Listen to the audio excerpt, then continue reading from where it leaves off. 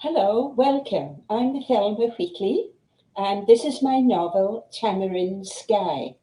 Um, it's about a mixed marriage that takes place in Toronto in the 1960s.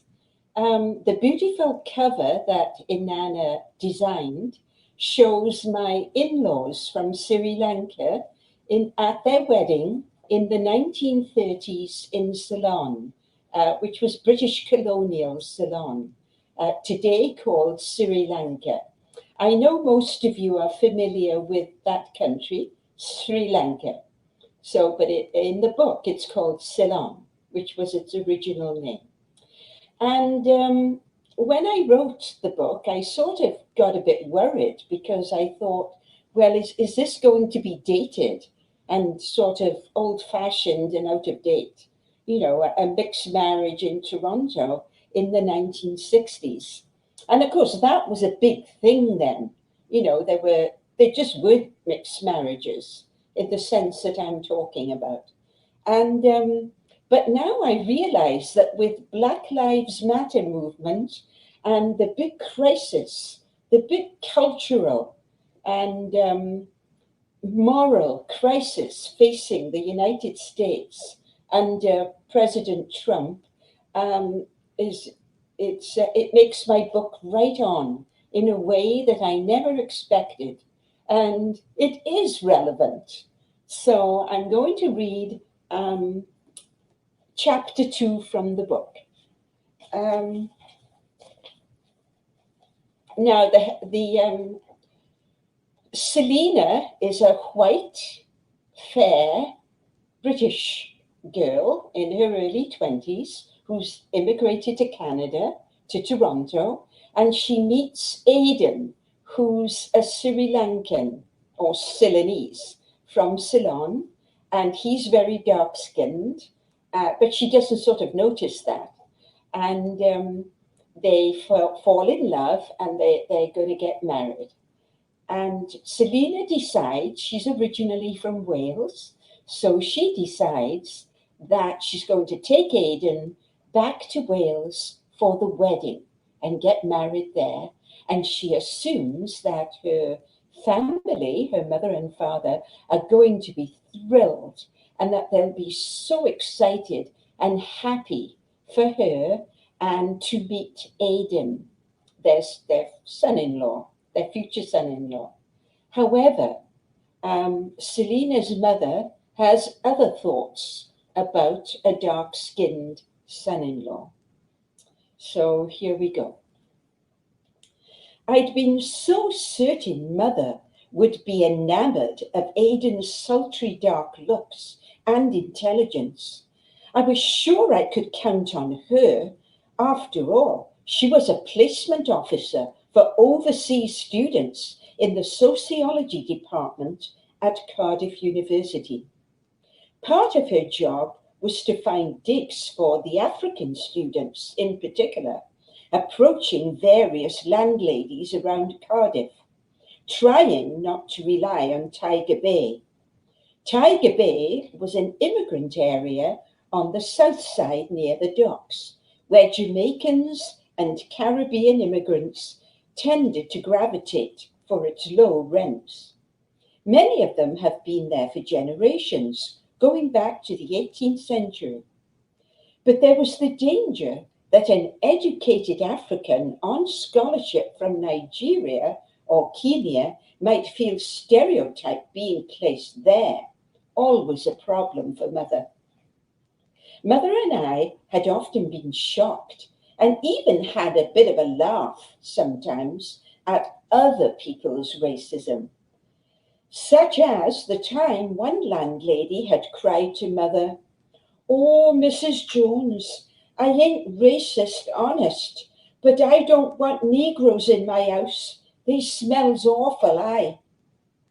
Mother had been as horrified as I. But something seemed to take over Mother now that she was to be Aiden's mother-in-law.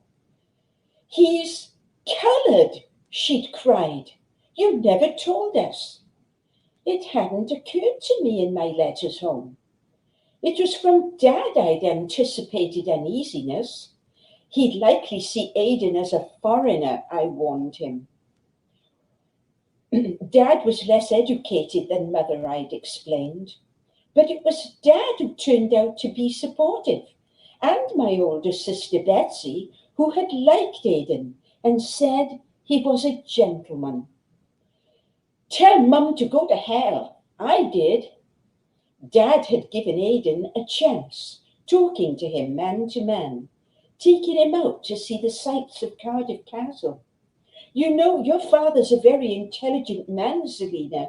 You just don't see it, Aiden had said later. What else did I not see? And he can't pronounce his V's or W's, Mother had cried in panic. Mother had looked at me wildly, accusingly.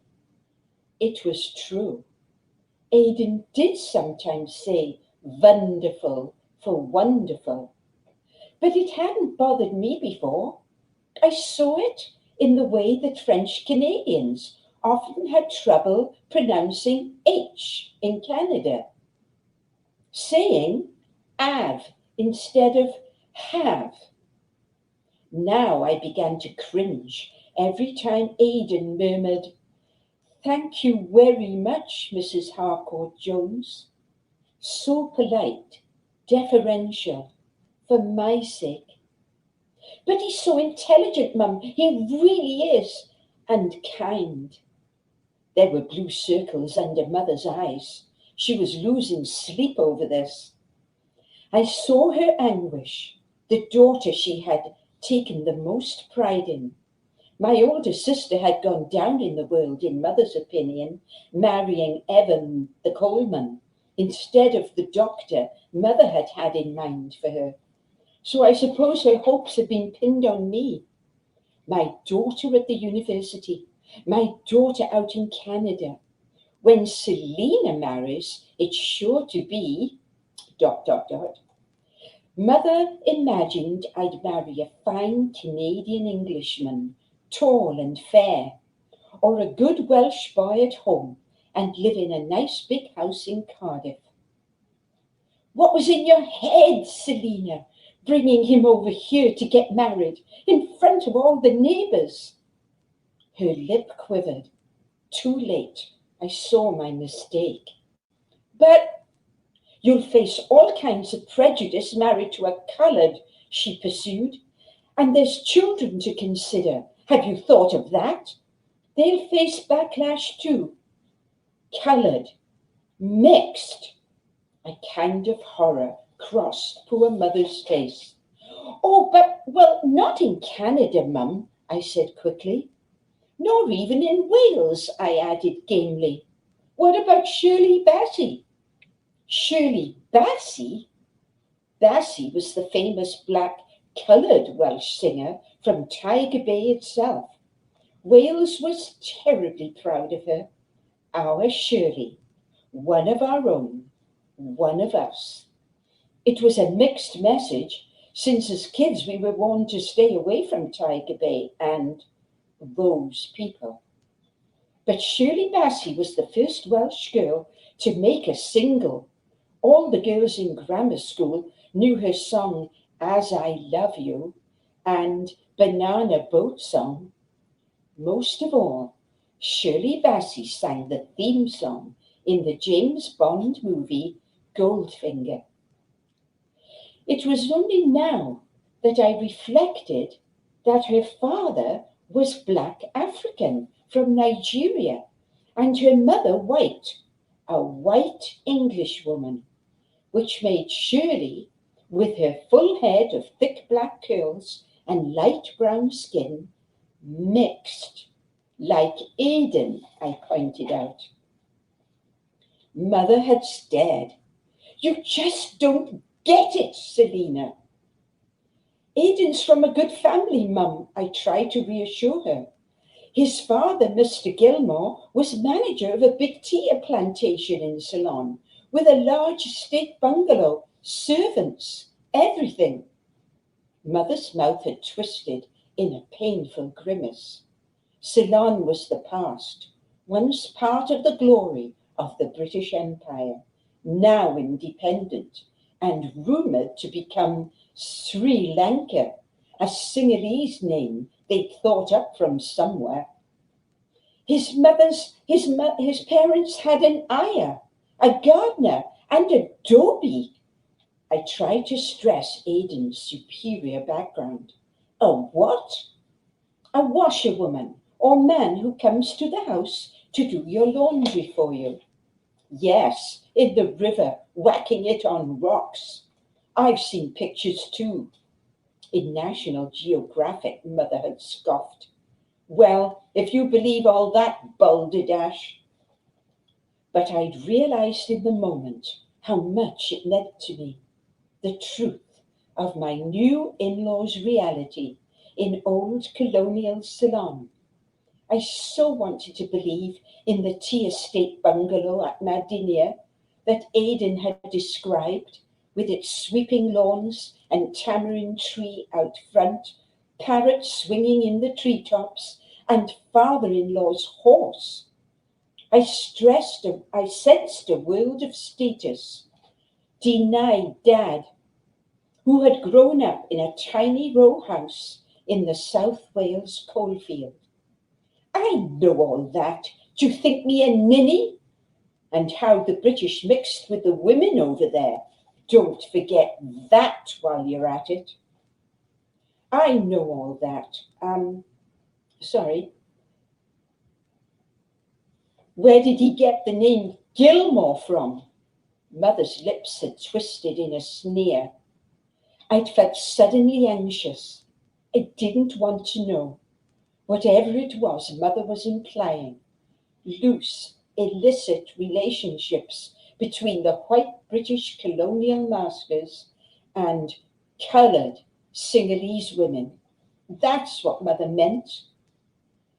I could hear the echo of pain in my father-in-law's voice as he'd knocked back a whiskey in the kitchen in the Willowdale bungalow in Toronto, half drunk. Damn bloody British. What's white? You tell me. Thank you. Thank you for listening. And thank you for Crowdfest for enabling this reading, and to my publishers, Inanna Publications, and my editor-in-chief, Luciana Risciatelli.